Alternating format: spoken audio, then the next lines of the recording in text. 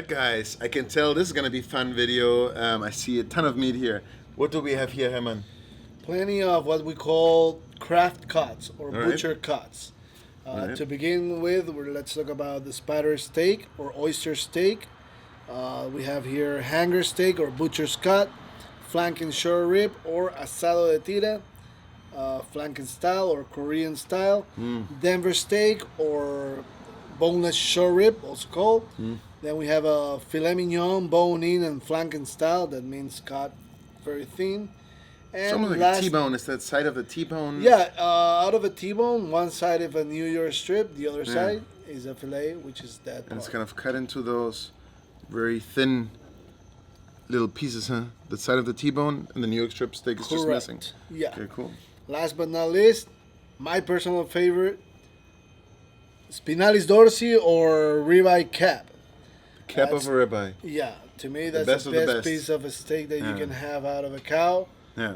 It's really, really, really tender and full of flavor. So Okay, yeah, it's interesting. I think I had a few of these. I mean, basically, this is just a filet mignon tenderloin, pretty straightforward, right? But I don't think I've had it like this on a bone outside of maybe porterhouse T-bone. bone always had flavor, and filet needs the help. Yeah, So I think this is the best way to eat a filet. This is gonna be fun. I have had one of these before, but to be honest, not from like a good quality butcher. You know, I've had like a mass market sort of cut. You know, I'm really excited about trying I'm this. pretty sure it was still amazing. Yeah, it's good. And then what was this you said? A Denver steak Denver or steak. boneless Looks like a short New York strip steak. rib? Just by shape, the way we cut it, we like it meat and bone. We cut it at 10 ounces steaks. Okay. Just to make it presentable, usually bigger. We just like to cut it easier for presentation. What do we expect here? Tenderness or tons of flavor? If cooked right, it's gonna be tender and flavorful. Remember, it has been close to a bone, so if you overcook it, it's gonna be chewy. Yeah. I always recommend to do it on medium heat. I think I had long those. periods. I think I had one of those before. I really like this. I think it reminded me a little bit of, maybe like New York strip steak a little bit. You know, in terms of flavorful and. We're talking about opposite parts of a cow. Yeah, the Denver is right on the chalk. New York's is in the back. But like flavor-wise, it's like very beefy. I think it's stronger flavor than in New York. Okay. As you can see, it has a nice marbling score. Okay. But and also I think I like Denver steak better than I do New York's. Okay. All right. And then the Flanken Style Short Ribs. This is actually one of my favorites. So this is pretty much the same as dino ribs. You can see the three bones. It's just cut in the opposite way. Like the dino rib is basically the long bone and the meat is on the bone, whereas the Flanken Style steak basically is just cut kind of against the bone, right? Yeah. So we're gonna throw this on the fire. Psst, psst. Yeah, the good thing Couple about having it seconds, this way is boom. that usually short rib, it's a cut of meat that you want it to cook on low temperature for long periods to get that softness out of the steak. On this case, you can just put it on the high heat for 10 seconds and it'll be done. It's gonna be amazing, yeah. Hanger steak, I'm not sure. I don't think I've ever had a hanger steak or a spider steak, so that's gonna be interesting. Okay, hanger, it's a cut that it's called the butcher's cut. You usually never makes it out of the slaughterhouse. Okay. It's so good and one of the top 5 pieces of steak that you can have. Okay. It's a torch muscle that hangs inside next to the diaphragm. It's weird. It has a membrane inside. What we do at meat and bone is we cut it on 10 ounces steaks. Sometimes you'll have it this shape, sometimes shorter. The idea, because the muscle is weird. But that's tender and flavorful. Really, really tender and flavorful as an outside skirt. Oh, wow. Yeah. Oh, so it's going to be incredible. Tender and flavorful. Yep. Okay, and the spider steak? Spider comes from the hip of a cow. Basically it's like an oyster steak also. It's an oyster. It's also called oyster steak. It's attached to the bone, and you actually kind of scrape it off the bone. Yeah.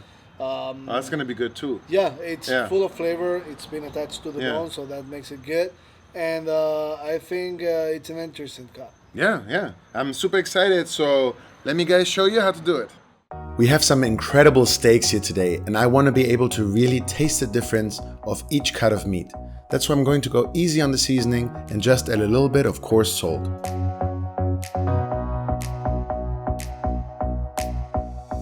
I'm going to use the FOGO charcoal black bag for today's cook and build a 2-zone fire. On the indirect low and slow zone, I'm going to reverse sear the larger cuts of meat until they reach an internal temperature of 115 to 120 degrees. Then I'm going to let the grill rip and sear all the steaks.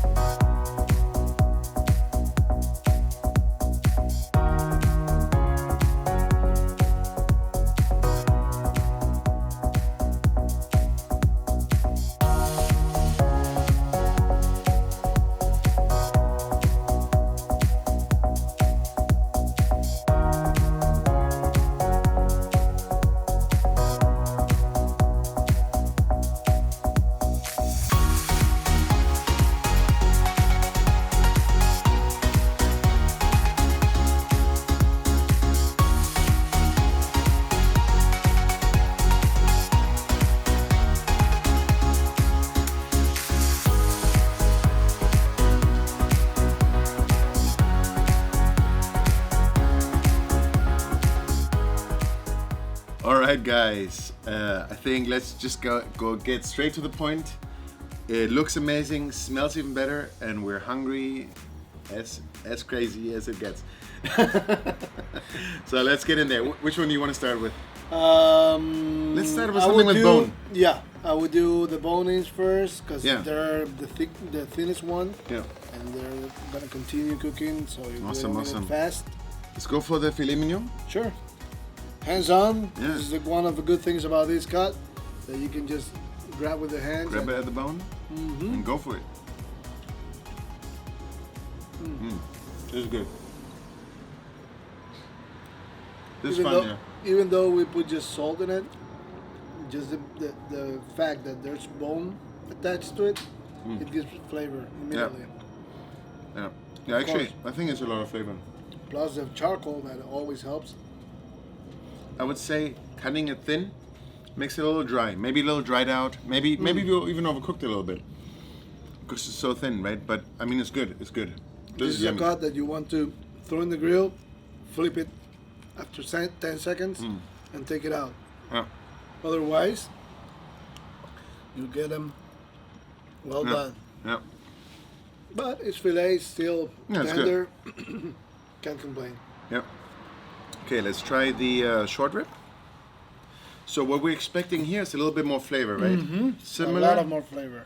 Similar to the filet, but way more flavor, way more marbling, way more fattiness. Should be pretty good. While you're eating that, I'll go for this one. That looks good.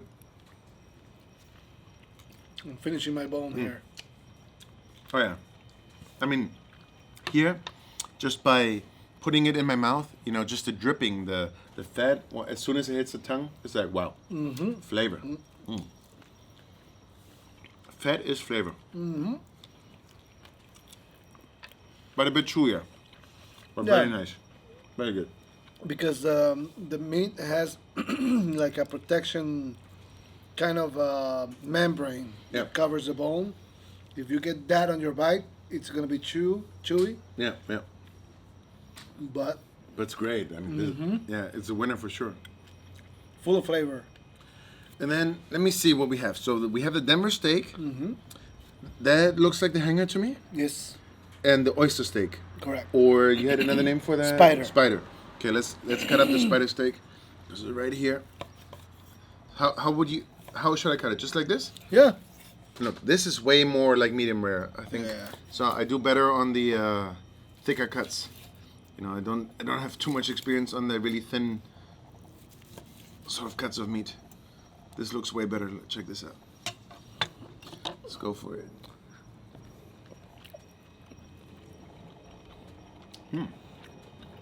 Just interesting. Wow, how do you describe this? Did you expect it that soft when chewy? I mean, yeah, it's weird. It's at the same time, there's a chewiness to it, but it's also tender. It's not. It's not. It doesn't bother. You know, you have to chew it, but it's not. It's not. It's What not hard. impresses me is that when you see the steak, you see all those membranes doing like a net. Yeah. You will imagine, this is gonna be chewy, and there's gonna be a lot of membranes involved. Not at all. No. It's all Yeah. really, really soft. It's not like filet mignon tender and soft, but it's not hard. I would say this is sort of like a New York strip steak, sort of. You know, it has a bite to it. Yeah, But it's totally. not bad. Yeah. Totally. And And you can see the membrane inside. and the flavor. But it just- I think very beefy, very flavorful, very good. No, this is awesome, and this is the first time I had this. This is a great steak, really nice. I really like this. Yeah, check this out. I mean, we're cutting this like Wagyu. Yeah, you can see all the membranes in between. But it's not chewy at all. Yeah. All right, so let's leave the ribeye cap steak for last, and let's move on to the hanger steak. Yep. So cut it similarly into like small pieces, just like that. And how do we do here? It's okay, right? Little above medium. Yeah. Here's getting a bit more medium. I can feel it. It's very soft. Like when I touch it, it feels like a filet mignon. You know, very squishy, very tender. Let's try it out. Yeah, maybe the front part was a bit, over hotter fire. It looks a bit more cooked. The end part looks way more tender and medium rare. The flavor is just Oh wow, boom. this almost feels like dry aged. It's amazing. Wow, yeah. Wow. Big cake, yeah. This is crazy, right? Do you feel like the dry aged, like it has like a mushroominess, earthiness, crazy, Totally. cheesiness. Wow, I didn't expect that. It's a strong flavor. It's Wow, this is awesome. Yep. This is crazy. I didn't expect anything like that. Yeah. Wow. And funny thing is that hardly anybody knows about it. It's Hanger steak, huh? Hanger steak. Hanger steak, guys. It's called the butcher's Check it cut. out. Best steak so far on this plate, and there's two to go. Yep. Wow, incredible. Denver steak. Well, after this, I don't even want to move on. I want to eat all these all these up. Okay, let's check it out. Wow, yeah. So I mean, yeah. This one I would do a little bit more. Cut it this way. Okay. That way you will Against the actually grain? get against the grain. Yeah, that's the best way to do it. Oh yeah, you gotta check this out. Wow. Now we're talking, and this I did well. Big steaks. Give me a big steak to sear, and I'll give you a medium rare. Awesome. Check this out. More work on your jaw. Yeah. But this is awesome. This is probably the juiciest so far. If you're gonna make a stew, Wow. this is your cut. This is great for smoking also. Incredible. Wow, this is exciting. People buy ribeye steaks, New York strip steaks, filet mignon every day, and they're missing out. All these like specialty cuts sort of things. It's incredible. Yeah, butchery for the last 5-10 years has become very specific about certain cuts. Yeah. They want to grab those cuts that used to be for grinding and take out little pieces that are worth the better pricing and better experience. And this is everything in this table is that kind of cut. Incredible, yeah. Something that you can. So what do you call it? It's not specialty cuts, right? This is like Craft craft cuts. cuts, Yeah. yeah. Incredible. This is almost the cuts that the butcher didn't use to sell you before. They would keep it for themselves because this is like the best of the meat, basically, the best of the animal. That will be the hanger, I would say. Denver would have gone to the grinder.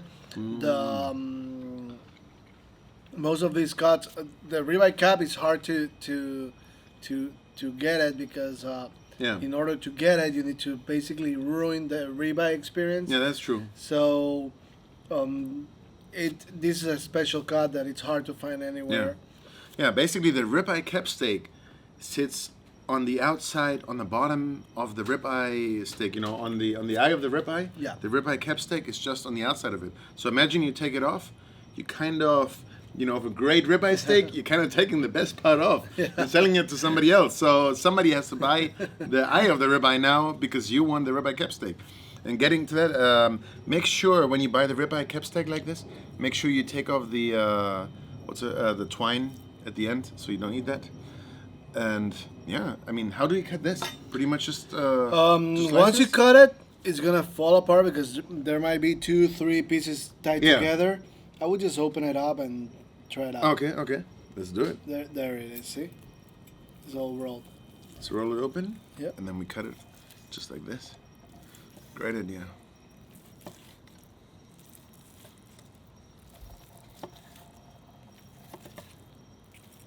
Oh yeah, we did good cooking this, look. Nice. Okay, go for it. It looks very tender. It looks great. Wow. Oh yeah. I see. When you put your first step into heaven, it tastes like that. Yep. Wow. For sure, my favorites. Wow, this totally won it. I'm glad we left it for last. I mean, Yep. that's incredible. So how to describe? Okay. The ribeye cap steak, super tender, incredibly tender, at the same time incredibly flavorful. Like it's just marbled with fat, but so tender.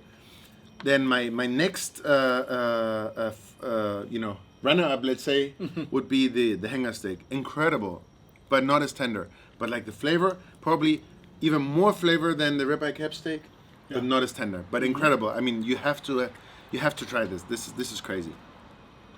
And then everything else. I don't even want to grade The this. short ribs are. Yeah, all these steaks have a, like a place.